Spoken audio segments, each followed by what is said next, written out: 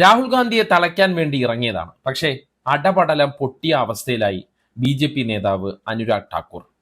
രാഹുൽ ഗാന്ധി തെളിവ് സഹിതം പുറത്തുവിട്ട വോട്ട് കൊള്ള ആരോപണത്തിന് ബദലായി മുന്നോട്ട് വെച്ച വയനാട്ടിലെ വോട്ട് ക്രമക്കേട് ആരോപണം അപ്പാടെ പൊളിഞ്ഞു പാളീസായി.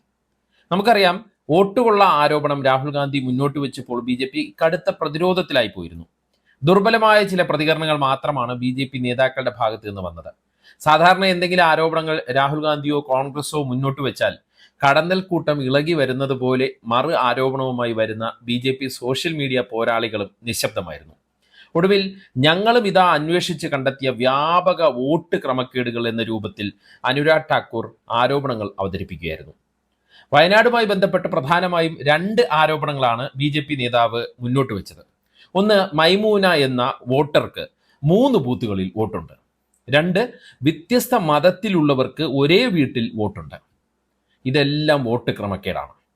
ഈ 2 ആരോപണങ്ങളുമാണ് പൊളിഞ്ഞിരിക്കുന്നത്. പൊളിയുമെന്ന് ഉറപ്പുള്ള ആരോപണങ്ങൾ മുന്നോട്ട് വെച്ച് നമുക്ക് മനസ്സിലാക്കാൻ പറ്റാത്ത മറ്റൊരു അജണ്ട കൂടി സംഘപരിവാർ ബുദ്ധികേന്ദ്രങ്ങൾ പയറ്റുന്നുണ്ടോ എന്നുള്ള സംശയവും ഉയരുന്നുണ്ട്. അതും വിശദീകരിക്കാം.